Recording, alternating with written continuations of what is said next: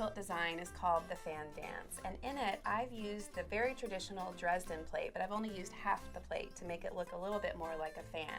And the color arrangement of this quilt is really what makes the visual pop and interest happen. I've arranged the fans from top to bottom, flipping sides with their color groups to create this beautiful curvy design. This is the large size. Today I'm going to show you how to make the smaller crib size quilt, so let's get started.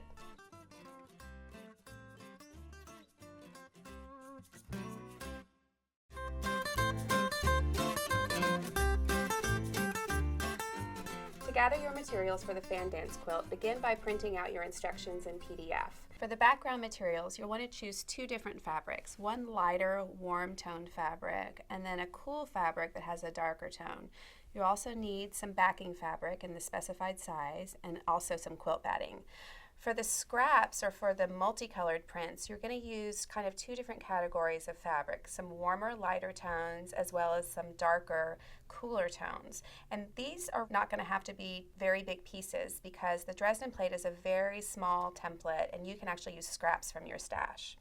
You're also going to need some marking tools. I have a darker marking tool here to show up on the light fabrics, and this lighter tool is going to show up on the dark fabrics. You're going to need your cutting tools and measuring device. You'll need some straight pins as well as some curved safety pins. And once you've gathered all that, we can get started.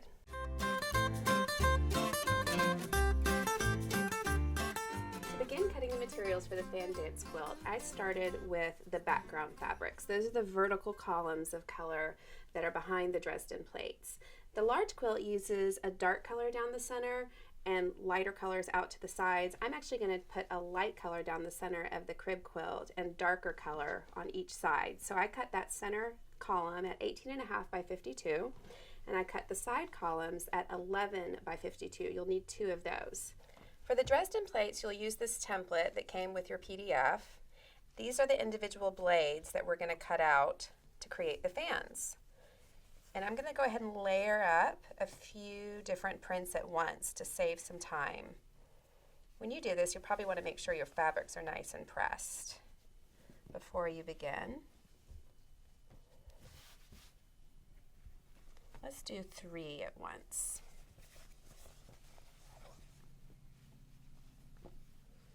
You can even cut out this blade shape from some quilting template plastic if you'd like sort of a firmer shape to cut around, if that makes it easier for you.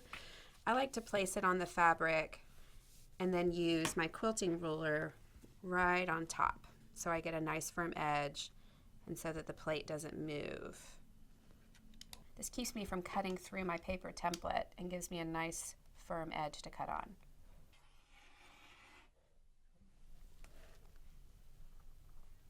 So I'm going to switch sides now, cut the other edge.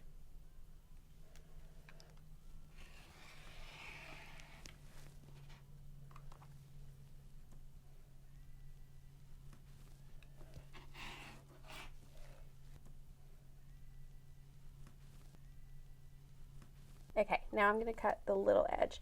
Another thing that you can do to save time is you can go ahead and cut strips of fabric that are the total height of this blade, and then you won't have to make those top and bottom cuts every time. You can just make these side by side longer cuts. Now all I have to do is flip my blade the other direction. You can see it already lines up with the cut that we've made here. So we can continue on down cutting.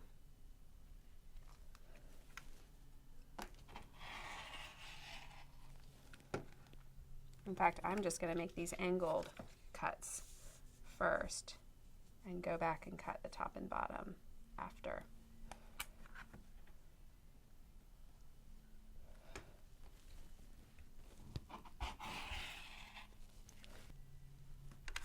Okay, let's turn this again, line it up with my previous cut.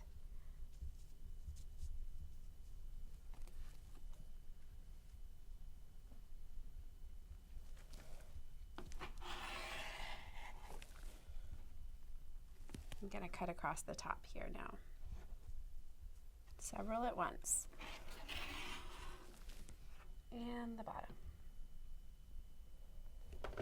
Continue cutting all the blades required for whatever size quilt you're making. Now that we have all of our Dresden blades cut, I'm going to fussy cut some of these circles. And by fussy, I mean I'm going to take advantage of this beautiful motif on this fabric for the center circles. This is 3.5 inches, which is just perfect for this fabric. I'm going to layer the fabric in two. It only needs to be fussy cut from one side because the back side is going to be against your quilt. And I'm going to place the circle right over that circular motif and trace right onto the fabric. That drawn line is actually going to be a line that you're going to stitch directly on so that you're positive you're getting your stitching in a nice, smooth, circular shape.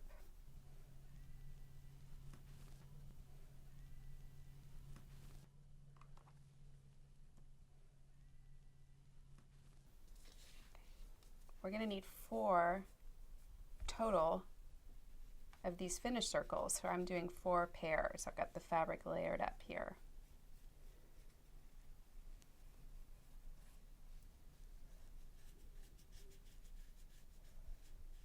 Okay, so as soon as you have all your warm and light circles traced, you can set those aside.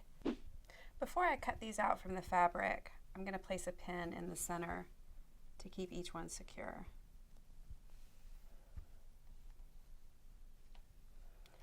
And I don't have to trim really carefully around in a circle right now. I'm just going to cut these into smaller pieces to make it easier to take it to the machine and sew.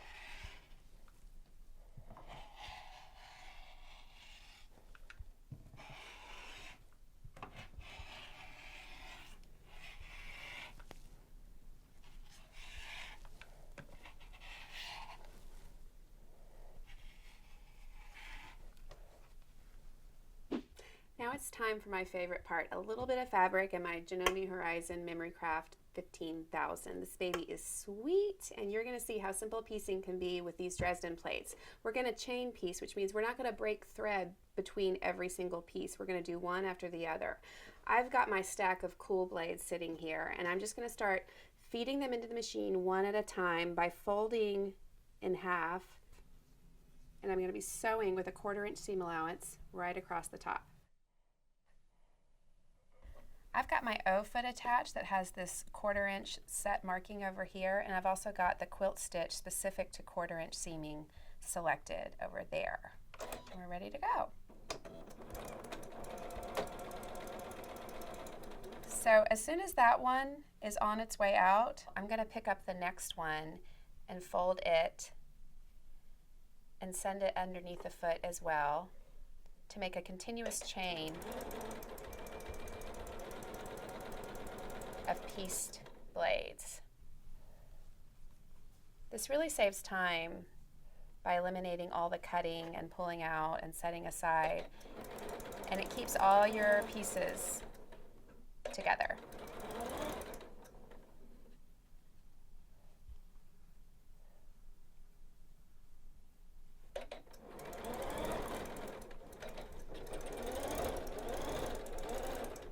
You can continue piecing just this way with every single blade that you have for your quilt, and you can see this giant chain that's happening here.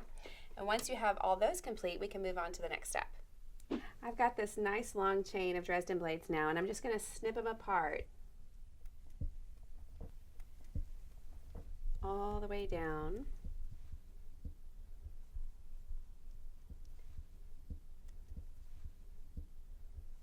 And here's what you're going to do with each individual piece. We're going to trim right here the folded seam allowance at an angle, being careful, of course, not to go through your stitching. Then we're going to open up those seam allowances just with our fingers first and press them. And then you're going to fold it down so that you create the point. That seam line needs to be aligned with the center of your Dresden blade. If you want to fold this in half to make sure you're there, that's a great idea. So then flip it to the right side, and if you have a bamboo stick or a chopstick or something that can help you get that point from the inside, that's great to have around. And before you press it with the iron, just be sure that your seam allowance is indeed flat and open. Now press with the iron. A little from both sides never hurts. I have a tendency to want to do all my clipping and then all my pressing at once. However you want to do it is fine. So I'm just going to continue doing this with every single blade. So you will spend a little time at the ironing board for certain, but then it'll be time to assemble these beautiful fans.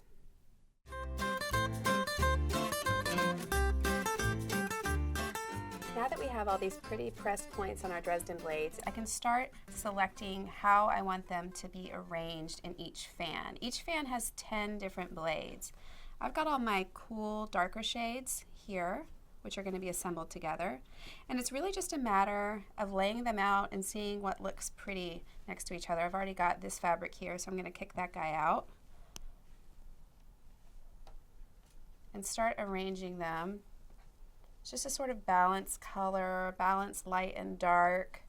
Remember, these pretty cool dark shades are going to sit on that warm, lighter background. So it's going to pop and be really pretty.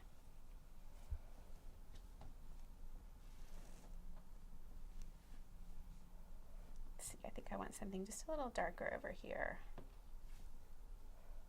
But I've already got that, so how about this color?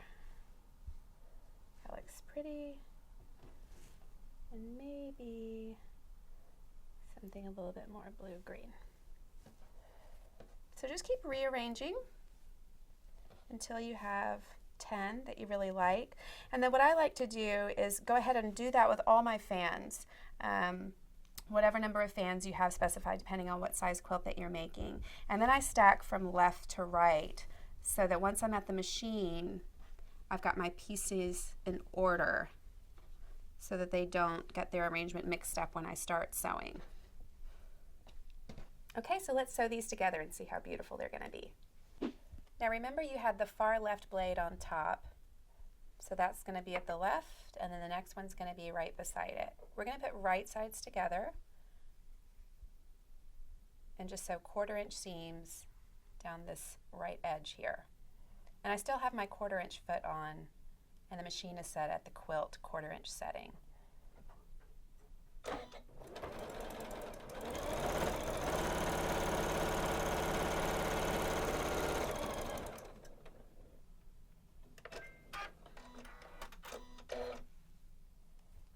Already pretty. Now I'm going to sew to the right of that. So align points and edges all the way down and sew again.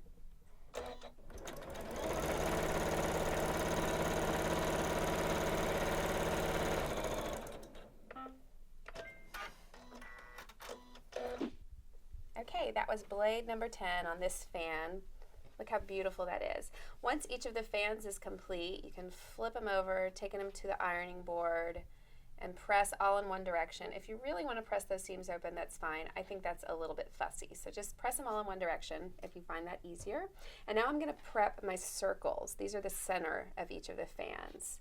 And remember, we already had those lines drawn on there. That line is actually exactly what you're going to put your stitch line on. So take it slow around the curves. So I have the regular foot back on now, and my regular utility stitching is selected. I'm just going to take my time around these curves.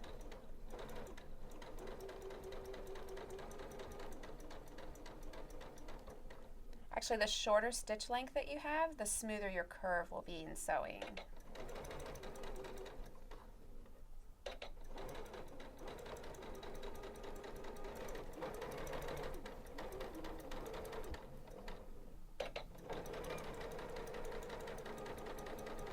All right, we're back at the beginning now.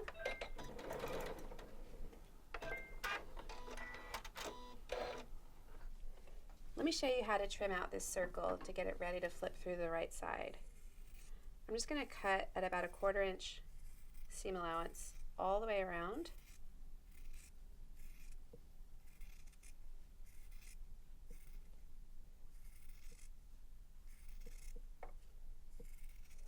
And then, because all the seam allowance is going to get tucked into a smaller space, we need to remove some of that fabric. So we're going to cut notches every 1/2 inch or so all the way around. Kind of looks like a cogged wheel then. Just be careful not to clip through your stitching.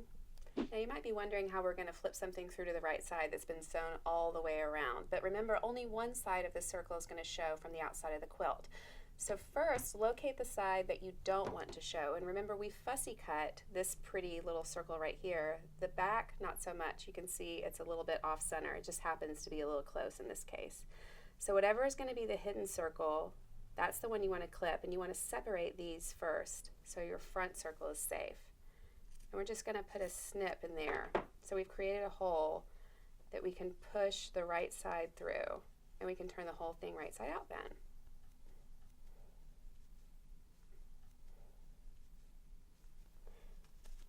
So once we have that right side out, you can use your finger and just sort of press the seam out all the way along the stitching to get it nice and smooth.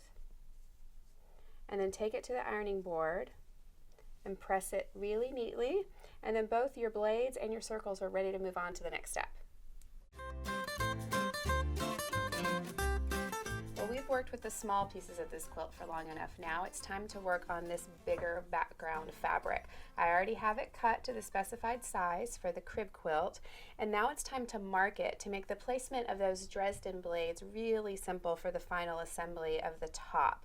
So the first thing that we're going to do is fold the fabric in half on its length to find the center point across here by folding it first in half lengthwise.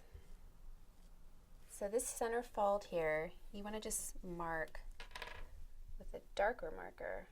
Just mark a little line on the inside here, and then do the same on the other side. It's going to mark your halfway point. So then I can open up the fabric again, and then I'm going to connect those two marks with a straight line drawn across.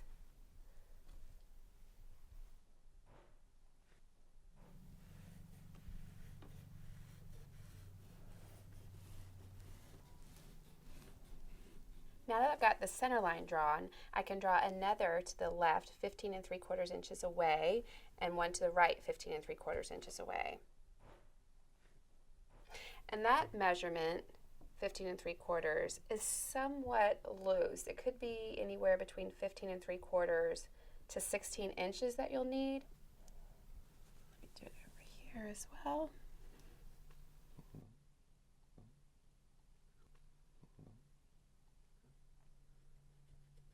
And now we're going to draw a line across.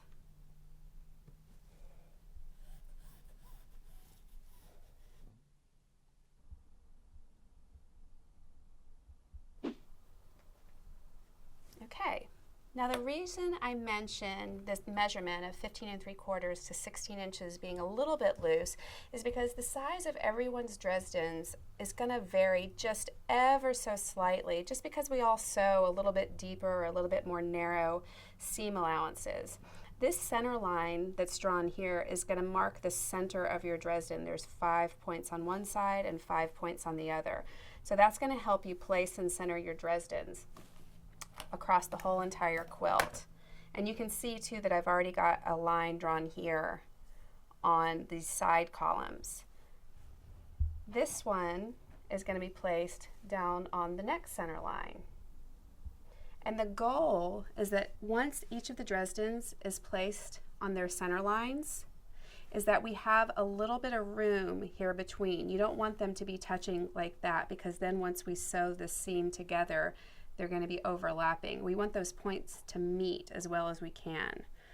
So this space in here of roughly 1/4 to 3/8 of an inch is necessary, okay? So if you've placed the Dresden across the center line here and you've marked the next line and it's got these too close together, just adjust where that center line is, but do keep the lines in the same place across all 3 columns so that once you go to assemble, you can use that as a matching point. Be sure and follow the layout in your instructions for the specific colors and where they go to make sure that your layout follows kind of the color order of this design. So once I have them in place, I'm just going to use some curved safety pins to keep them there before I sew the long passes Now the reason I use safety pins instead of straight pins here is because I'm going to have these pinned pieces in my lap and I don't want to get poked with those pins. If you'd rather hand base these in place, that's perfectly fine. But the next step isn't going to sew the Dresdens down as much as it's going to sew the columns one to another. But we want the Dresdens in the correct place when we do that, because they will be included in that seam. So I'm going to keep pinning all the way around every single plate, and then we'll be ready to assemble the top.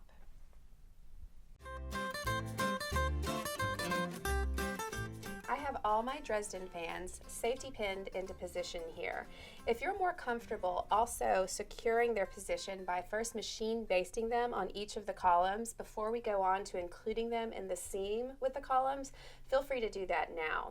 I'm just going to go ahead and flip these right sides together, keeping them in line with these marked lines that we have on each of the columns and pinning in place. Right sides together with the center column. And start aligning the outer edges of the Dresdens and the columns all together and making sure that I've got my lines in place. And I'm going to pin at those sort of integral points.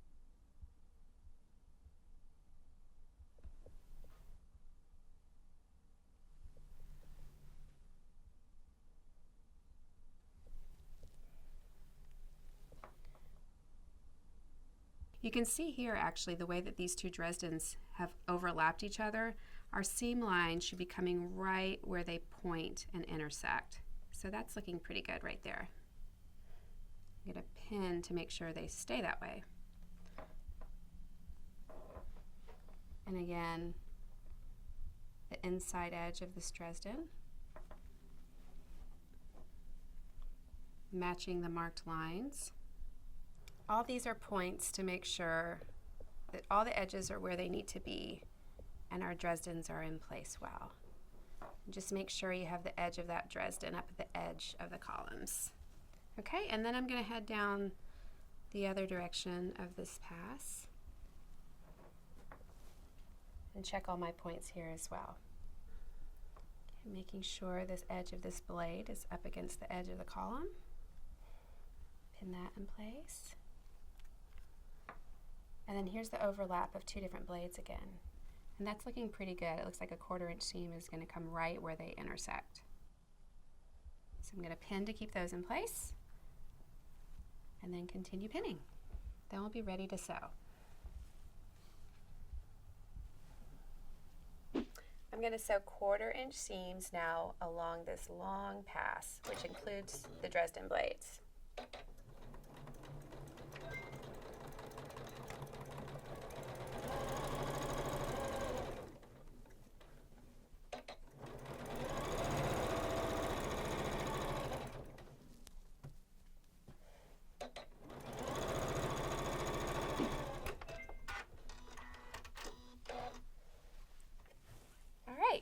First long seam finished. These look great. The Dresdens lined up really well. Let me check the second one. Yep, awesome. Now you can press the seam open, and then you can do the other seam just exactly the same way, making sure that everything is lined up and that your Dresdens are right next to each other as they pass through that seam. Now here's a point where you can make a decision. You can decide to hand applique all these Dresden plates to the quilt top. You can machine applique them. I actually decided to combine my machine applique with my quilting step. In other words, I machine appliqued the Dresden plates down to the background at the same time that I was quilting all 3 layers of the top, the batting, and the backing together. And I can't wait to show you how beautifully that turns out. But first I'm going to finish up this top and then layer up all the layers, and we're going to get to it. I'm just finishing up the layering of the quilt. I've got the backing and the batting and the quilt top all pinned together with these safety pins throughout the whole thing. I also have switched over to some straight pins on the Dresden blades. I want to have one pin kind of close to each point on every single point all the way around, which will keep them in place as we begin to sew. And speaking of sewing, let's do that now. Now that I'm at the machine, I want to point out where I'm going to begin sewing. I'm on one of the long column seams, but I'm going to go down to the very middle of it, and that's going to be in the middle of that center Dresden. I'm going to begin sewing from the center out towards the bottom edge, and then I'm going to turn around and do the same thing from the center out towards the top edge. Starting in the center and working your way out is a great way to do your quilting. And I have an AccuFeed foot attached here. That's my walking foot that feeds all the layers of the quilt really beautifully. I'm using stitch number 51 in the quilting selection, and it's sort of a variation on a zigzag stitch. Just be sure that this seam line is going into the center of the foot as you sew so that your stitch will be centered.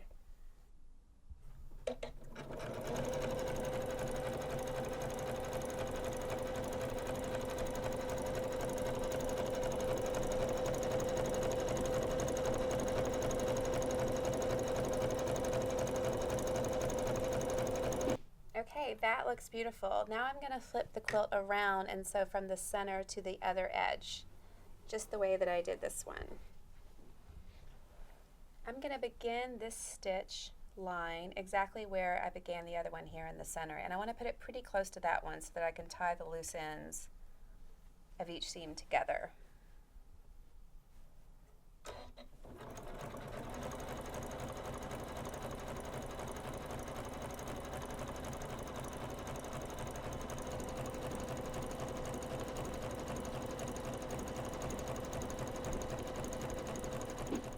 To give myself some extra space, I've put on this awesome extension table which expands the space on all sides of the needle, so I have plenty of room to move around the quilt as I do the stitching around these Dresden points. The other awesome feature that this machine has is a default for the foot. I can default so that my foot raises every time I stop, so that it makes it really smooth to pivot around all the turns without having to move my hands from supporting the quilt. So I'm going to start at this top Dresden blade here and begin stitching with the same stitch style that I used to quilt the long seam.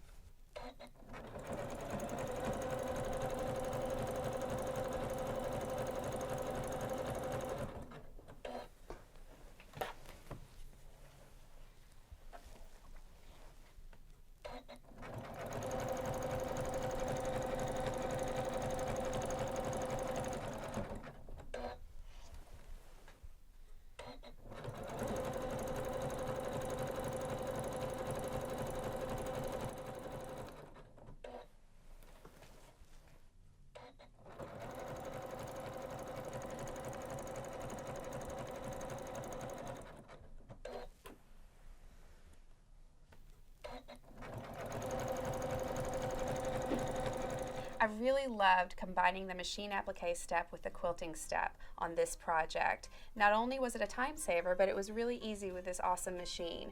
Now is a great time to add any other quilting details that you'd like to the layers before you bind the quilt and then hand applique the circles onto the center of the Dresdens.